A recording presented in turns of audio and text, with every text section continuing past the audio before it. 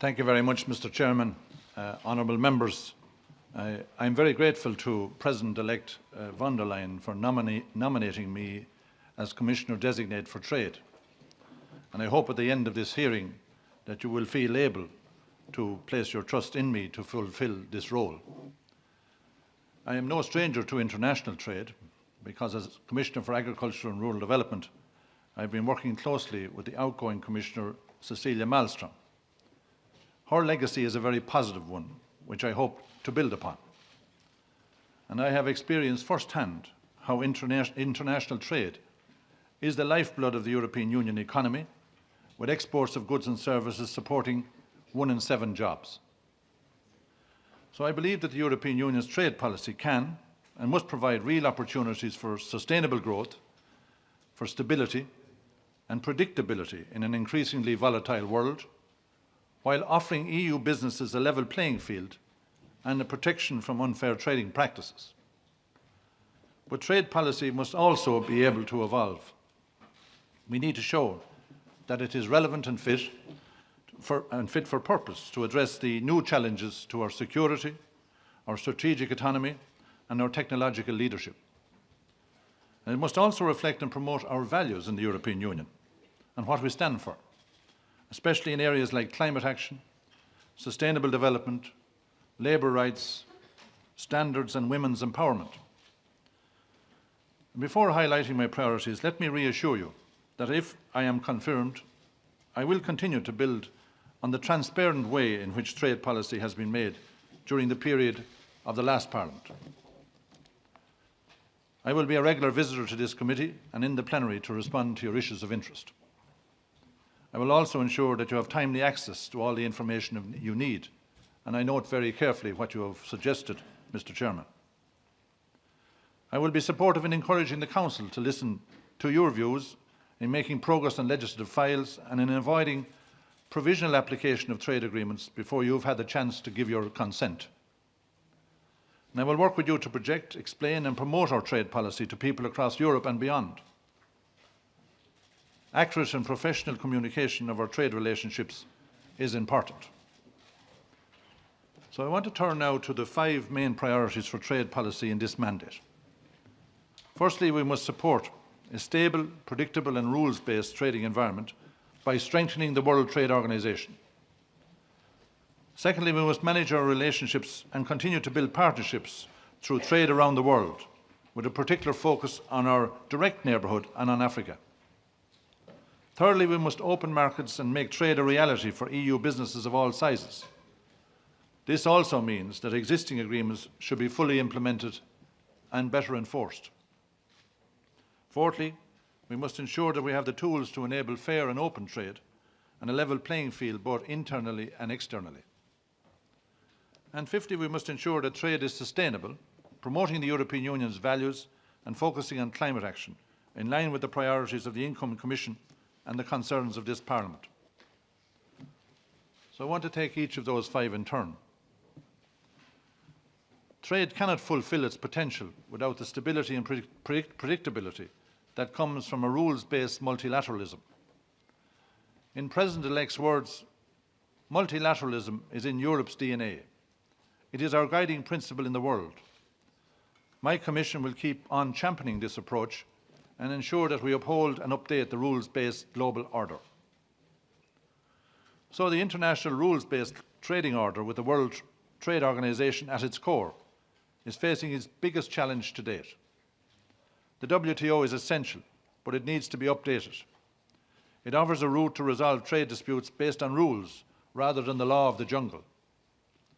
This is why we need to uphold and defend it, but also to ensure that its rules are fit to address the issues of today.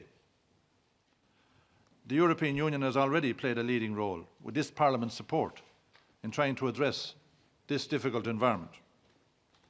And if confirmed, I will therefore do my utmost to prevent the collapse of the WTO dispute settlement mechanism and find a systemic solution to reform the appellate body.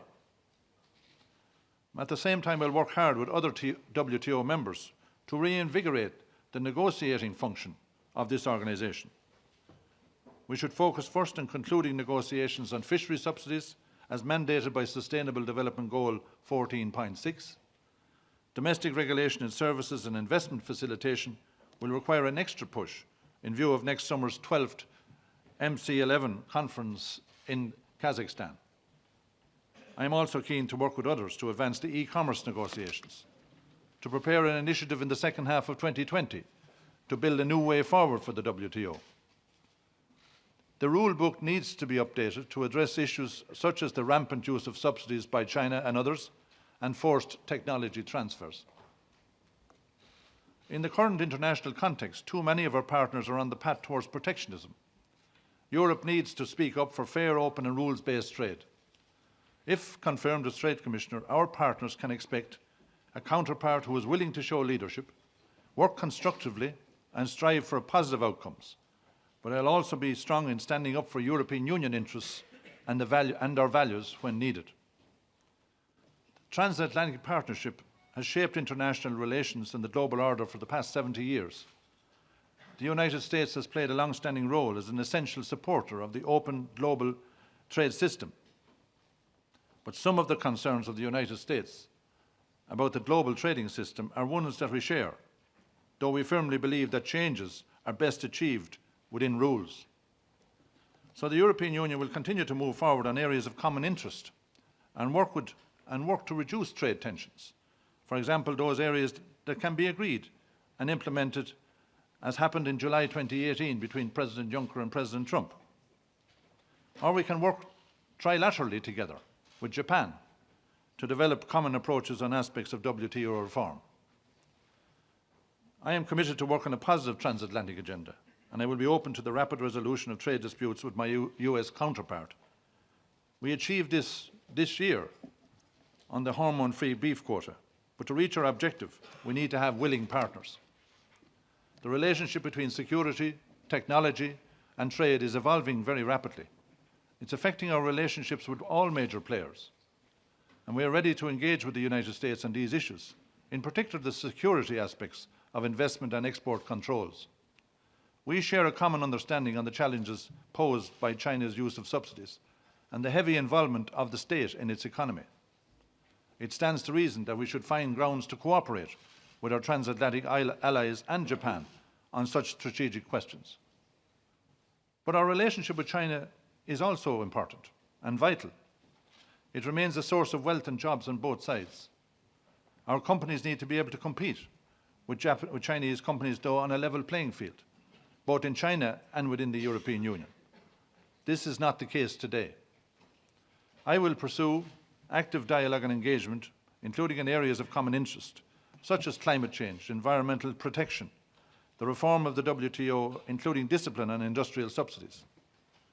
I will also prioritise our ongoing investment negotiations with the objective of rebalancing our investment relationship with China. We have to stand firm in defending our interests and values, and I am well aware of the concerns of this Parliament in this regard. Our approach to China should entail rebalancing our trade relationship and addressing unfair trading practices. I will not shy away from using our trade defence instruments to this end, and our relations should be based on effective reciprocity in access to markets and opportunities for businesses and investors. We also need to strengthen the security of our critical infrastructure and our technological base, as outlined in the March 2019 communication on China. We have enhanced our internal toolbox with measures such as the EU mechanism on investment screening, and we're working on how to address the distortive effects of foreign trade ownership or foreign state ownership and foreign subsidies in the internal market. We must also ensure that agreements reached with our eastern neighbours are delivering their full promise, while continuing to develop our ambition for deep and comprehensive free trade areas with our southern Mediterranean partners. We will follow developments with the European Economic Area countries like Switzerland and Turkey. Of course, no consideration of the neighbourhood would be complete without reference to Brexit. The United Kingdom is scheduled to leave the European Union 31 days from today. While it remains impossible to predict the final outcome, and many people feel obliged to predict the outcome, the Commission has prepared exhaustively for a no-deal Brexit. Africa must become even a greater priority for us as well. The recently agreed African-European alliance based on a policy and investment partnership of equals, points the way forward. I will build on my own experience in creating the Task Force for Rural Africa as Commissioner for Agriculture and Rural Development, which puts together African policy leadership and EU support and investment together to help implement key actions. Our trade agreements with Canada, Japan, Vietnam and most recently with Mercosur demonstrate our ability to leverage our internal market to open markets abroad, to spread our regulations and standards and to help improve social and environmental policies and practices in third countries. We will continue our ongoing negotiations with Australia and New Zealand and pursue new partnerships if the conditions are right. But we also need to do a better job in ensuring that the full potential of our existing agreements is realised. Our trading partners must respect the commitments they have made in all chapters. I believe, therefore, it's essential that we step up our efforts to implement and enforce existing agreements. The appointment of a Chief Trade Enforcement Officer will create a focal point for this work, and I will ask him or her to work closely with you in taking our enforcement agenda forward. I also share your concern that we should do more for small and medium-sized enterprises. Over 80% of EU businesses involved in international trade are small and medium-sized enterprises, for which trade and investment barriers present particular challenges for them. Fostering fair and open trade will be a priority. We must stand up against protectionism where it occurs. We must promote reciprocal trading conditions and fair competition by levelling the playing field both internally and externally. For example, using instruments such as the International Procurement Initiative, which aims to create reciprocity, enabling the European Union businesses to succeed in government procurement of markets abroad. We must also tackle unfair competition by addressing more forcibly foreign subsidies which affect EU companies, by making full use of existing tools, for example in trade defence. This also means strengthening our own toolbox, including rules that allow us to react to illegal discriminatory trade measures by third countries where recourse under the WTO is not available. Trade must not only be fair and open, but also sustainable. Trade policy must contribute to addressing global challenges, such as climate change, protecting the environment, and strengthening our labour standards. This is why the sustainable development chapters in each of our agreements, with their binding commitments on labour and the environment, are so important. To pursue these goals, I will be ready to make full use of the different instruments at our disposal. Through trade preferences, through bilateral trade agreements, through action at multilateral level, for example on opening markets for environmental goods and services to help meet our international climate and environment commitments. If confirmed, I also intend to work with you to renew our generalised system of preferences, which offers preferential access to exports from developing and least developing countries. Its reform should ensure that it remains the most generous scheme of its kind in the world, while incentivising our partners to move towards sustainable growth and development policies. The deeper focus on climate and sustainability in the incoming Commission reflects our citizens' expectations. Therefore, these values must be firmly built into our trade agenda. Mr. Chairman and members, trade policy is one of the most dynamic areas of EU action. We have a full and important agenda at a critical moment for multilateralism and for a fragile global trading system. This Parliament, and in particular this committee, has since the Lisbon Treaty become a decisive player in shaping that trade agenda, and I am committed to working closely with you to reinforce that partnership. Europe needs to be the global champion of fair, sustainable and rules-based trade. With your help, I believe we can strengthen that leadership role. We can act and deliver results that show the European Union at its best. Thank you.